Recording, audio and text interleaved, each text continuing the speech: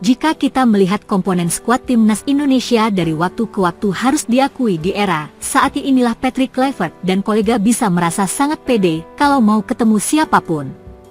Jika dulu kita hanya pede saat melawan tim-tim ASEAN, itu pun di luar Thailand atau Vietnam, kini Indonesia mau ketemu siapapun gas terlepas hasil akhirnya menang atau kalah. Hal yang wajar karena bagaimanapun skuad timnas Indonesia saat ini banyak dihuni pemain dengan level yang berbeda. Dan bisa dibilang ini adalah skuad timnas termahal yang dimiliki Indonesia saat ini, bahkan untuk ukuran tim ASEAN timnas Indonesia terlalu mewah. Atas dasar itulah diketahui muncul sebuah gagasan yang terbilang impossible di mana pihak AFF ingin sekali melihat bagaimana skuad mewah Indonesia bertarung melawan All Star yang diisi pemain-pemain terbaik ASEAN. Apabila itu terjadi, maka bisa dibayangkan betapa hebohnya respons yang didapat. Di sisi lain, media ESPN secara tegas menilai jika Indonesia sekarang sudah berada jauh berbeda dengan sebelumnya karena diisi pemain-pemain muda plus mereka yang tersebar di liga-liga Eropa yang menjadikan tim yang semula berstatus underdog kini naik menjadi kuda hitam di grup C. Tentu saja ini semua tidak lepas dari usaha keras PSSI dan semua pihak untuk mewujudkan mimpi tembus ke panggung tertinggi bagi tim-tim di ASEAN. Langkah PSSI di arah sekarang benar-benar gila karena dalam sekejap Indonesia bisa dihuni banyak pemain diaspora yang secara level permainan jelas berbeda. Kedalaman skuad menjadi sesuatu yang penting bagi timnas Indonesia untuk mengarungi 4 laga sisa di round 3. Dan saat ini secara lini per lini skuad Indonesia sudah 80-90% oke tanpa mengurangi sedikit pun respect ke pemain Liga 1. Akan tetapi dari setiap lini skuad Indonesia memang butuh pemain yang secara kualitas mumpuni dan mungkin mereka yang main di Liga 1 bisa bersaing sekaligus belajar terutama dari sisi teknik dasar seperti visi bermain, pengambilan keputusan, dan lain-lain. Timnas Indonesia sendiri kini sedang dihadapkan misi penting untuk bisa meraih 9 poin dari 4 laga sisa, sebab jika itu bisa dilakukan maka pintu otomatis ke Piala Dunia 2026 bisa didapatkan. Kuncinya adalah 2 pertandingan di bulan Maret 2025 melawan Australia dan Bahrain. Kalau 2 laga itu sukses dilakoni dengan baik maka dijamin GBK akan full turah-turah karena 3 poin di laga itu akan membawa skuad Garuda menuju impian. Kedalaman skuad Indonesia pada umumnya sangat baik, bahkan secara teoritis harusnya bisa mengalahkan Australia yang saat ini sedang mengalami cedera dan Bahrain di GBK.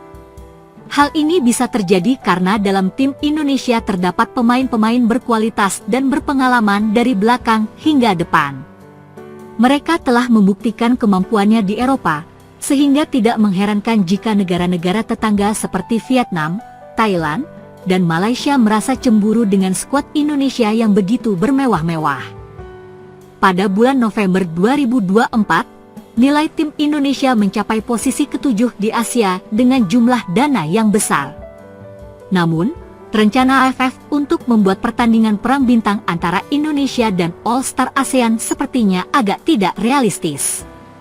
Meskipun begitu, ide tersebut cukup menarik dan bisa menjadi hiburan yang seru jika benar-benar terlaksana, meskipun memang agak sulit mengingat jadwal yang padat dan perbedaan kemungkinan lawan yang memungkinkan. Kesimpulannya, kedalaman skuad Indonesia yang berkualitas dan pengalaman yang dimiliki para pemainnya telah menjadikan mereka sebagai tim yang dijangkau oleh banyak negara di kawasan ASEAN. Meskipun rencana untuk pertandingan perang bintang mungkin terasa sulit terwujud, namun hal itu tidak meragukan potensi tim Indonesia dalam bersaing di tingkat regional maupun internasional. Nama Emil Audero Mulyadi kembali menjadi perhatian publik usai diumumkan Federasi Sepak Bola Indonesia (PSSI) sebagai salah satu calon pemain naturalisasi baru timnas Indonesia berikutnya. Nama Emil Audero tentu tidak asing di telinga penggemar sepak bola tanah air. Pasalnya, jauh sebelum program naturalisasi gencar dilakukan PSSI, pemain keturunan Mataram Indonesia ini sudah lebih dulu santer disebut-sebut layak masuk dalam skuad Garuda. Kini, pemain yang sempat berseragam raksasa Italia, Inter Milan itu setahap lebih dekat untuk bergabung ke timnas Indonesia. Jika hal ini terrealisasi, Pemain berdarah Indonesia Italia tersebut tidak hanya mencatatkan rekor sebagai kiper pertama Indonesia di Liga Italia, namun juga mencetak sejarah baru. Emil Audero bakal mencatatkan rekor baru sebagai kiper termahal kedua di Asia, jika ia resmi bergabung dengan timnas Indonesia nantinya. Berikut ini deretan 5 kiper termahal di Asia seandainya Emil Audero Mulyadi resmi menjadi WNI dan membela skuad Garuda. 1. Zion Suzuki. Kiper termahal di Asia pertama ditempati oleh sosok penjaga gawang berkebangsaan Jepang yakni Zion Suzuki. Zion, yang saat ini berseragam Parma Calcio memiliki nilai pasar atau market value sebesar 156,43 miliar rupiah, paling tinggi di antara penjaga gawang benua kuning yang tersebar di dunia. Saat ini, Timnas Indonesia berada di peringkat ketiga klasemen sementara grup C dengan raihan 6 poin dari 6 laga. Timnas Indonesia tertinggal 10 poin dari Jepang di peringkat pertama dan 1 angka dari Australia di posisi kedua. Sementara itu, Timnas Indonesia memiliki poin yang sama dengan Arab Saudi, Bahrain, dan Cina di peringkat keempat sampai keenam. Oleh karena itu, Indonesia wajib meraih poin saat bertandang ke markas Australia dan menjamu Bahrain di rumah sendiri. Jalan mudah hal ini harus dilakukan agar Indonesia setidaknya bisa bertahan di posisi ketiga atau keempat untuk lolos babak berikutnya. Menghadapi pertandingan krusial tersebut, Erick Thohir pun memberondong Patrick Kluivert sejumlah kabar bahagia. Kabar bahagia pertama datang dari proses naturalisasi Emil Audero, Dean James, dan Joey Pelupesi yang dikebut. Sebelumnya, Erick Thohir mengumumkan ketiga pemain itu akan menjalani proses naturalisasi sebelum membela timnas Indonesia. Targetnya, Emil Audero, Dean James, dan Joey Pelupesi bisa tampil saat Indonesia bertandang ke markas Australia. Hari ini suratnya sudah di Pak Menpora. Semua administrasi kesehatan interview sudah baik.